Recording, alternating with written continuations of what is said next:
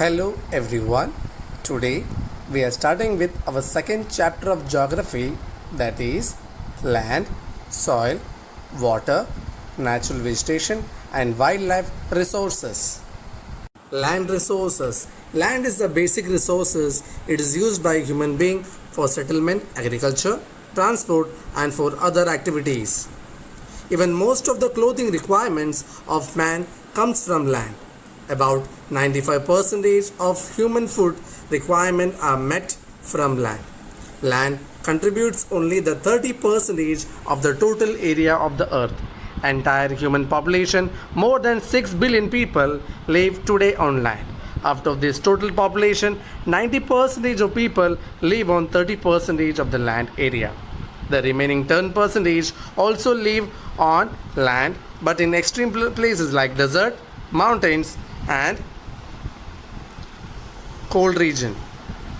Land use. The land use to which land is put both by man and nature is together described as land use. The proportion of land put to particular use and its distribution over an area or a world is known as land use pattern. For example, land use cannot be explained simply by economic activity of land like agriculture, housing and road. Factors influencing land use pattern are population growth, physical factors, crop combination, occurrence of mineral deposits and technology. Common property resources. On the basis of its use, land can be divided into private land, community land and cooperative ownership. Private land is owned by individual, whereas community land is owned by community. Common property resources. Traditionally, Adivasis in India or tribal in other parts of the world considered land are community resources. For example, in Africa, even today, many communities use pastoral lands as common resources for grazing their domestic animals. They even collect fodder, fruit, and medicinal herbs for community use. Soil. Soil is the thin layer of matter that covers the earth's surface. The type of soil available in an area is determined to be the large extent by the landform of that area. What is soil made up of? Soil is made up of organic matter, minerals and weathered rocks. Weathered rocks are the result of breakdown and decay of rocks by changes in temperature, frost, and actions of living organisms. This process is very slow and is called weathering. So, weathering means breaking down of rocks. It is so slow that it takes 100 years for just 1 centimeter of soil to form.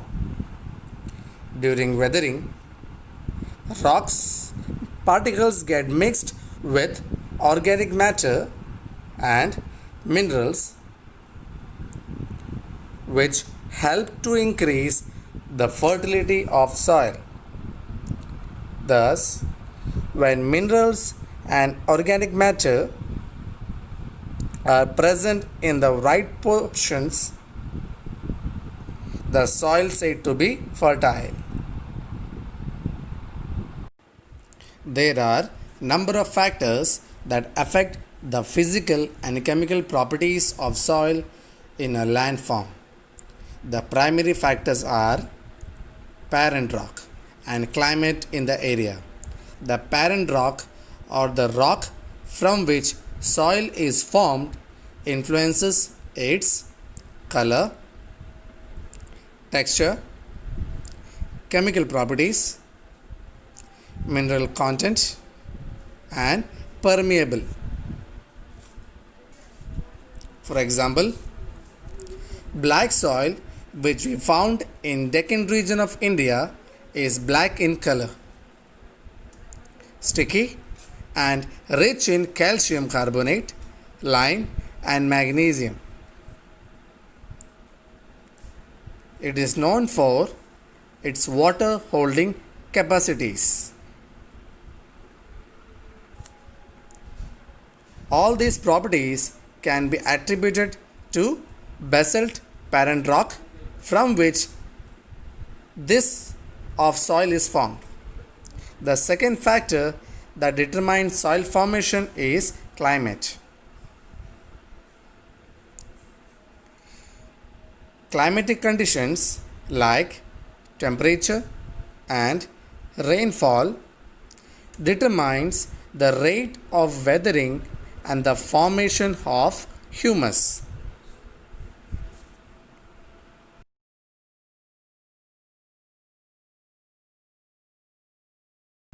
For example, the soil in the Deccan Plateau region of India is mostly made up of lava flows and it's sticky.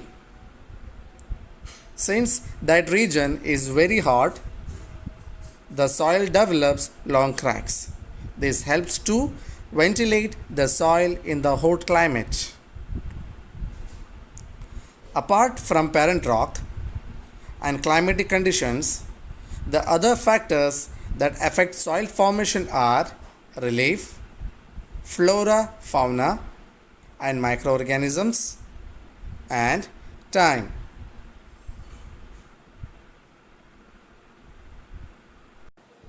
Let's look at how relief or the altitude, that is height, and slope of an area affect the accumulation of soil. Steep slopes are more prone to soil erosions, so the layer of soil on them may not be very thick. Living or organic matter like plants, animals, and microorganisms influence the rate of humus formation. Humus is degraded organic material in soil and helps increase soil fertility. Dead plants fall on the surface of the soil and decay. The process of decomposition is helped by microorganisms that break down the organic matter when they feed on it. Earthworm leaves the excreta into the soil, which helps to make humus richer.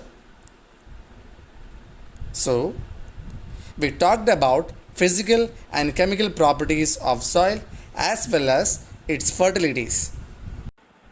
Time. A vertical section that shows different layers of soil is called soil profile. The thickness of the soil profile is affected by the time taken for the soil to form. Here is a diagrammatic presentation of the soil profile. Older soil has a thicker soil profile. As over time, several layers of the soil is deposited and layers are formed. However, due to the introduction of other matters of the soil, over time, older soil retains few characteristics of the parent rock. All of these factors together result in the formation of different types of soil. The two greatest threats of soil come from soil erosion and soil depletion.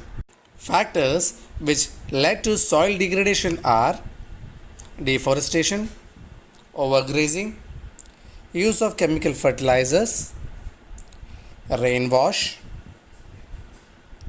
landslides, and floods. How can we prevent soil degradation and conserve soil quality? Some methods to soil quality are mulching, contour barriers, rock dams, terrace farming, intercropping, contour plugging, and shelter belts. Let's look at this method one by one. Mulching helps to trap moisture in the soil and moderate soil temperature. It involves covering the bare ground with plants and with the layer of organic material like straws. Contour barriers refers to barriers of stone, grass, and soil built along the contour, that is boundary lines of a slope. Trenches, that is holes, are built front of the barrier to collect water and prevent it flowing down of the contours and washing away the soil. Many farmers in northern Thailand have used this method to prevent soil erosion. Rock dams are dams created from piles of rock that are placed one by one upon each other to slow down the flows of water and prevent the formation of gullies. This breaks soil erosion. To provide flat surfaces for farming on steep slope or mountain region, terraces are created. This is called terrace farming. Using terraces, it also prevents soil erosion and surface runoff. Intercropping is a widely using in China to reduce soil erosion due to rainwash.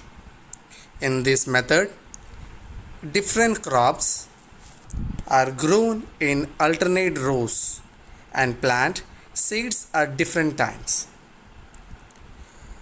Contour plowing is the method of soil conservation in which the land is cultivated parallel to the contour of a slope. This creates barrier that prevents water from flowing down the slopes.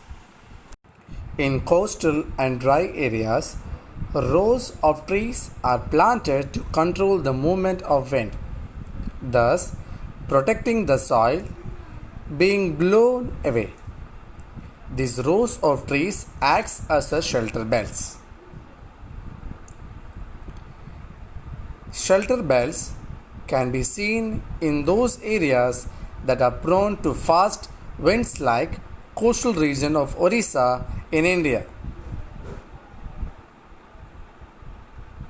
Now next is water. Water is a vital renewable natural resource. 3/4 of the Earth's surface is covered with water and hence it is called a water planet. Nearly 71% of Earth's surface area is covered by water.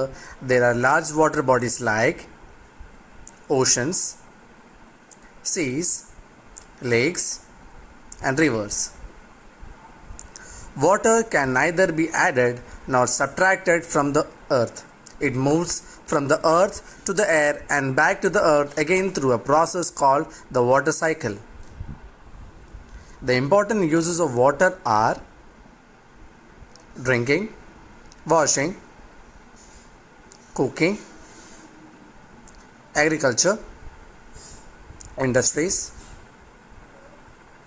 generating electricity. Steps conservation of water resources are: water pollution can be controlled by treating the effluent waste before releasing them into the water bodies. Forest and other vegetations should be grown as these covers slow down the surface runoff and replenish underground water.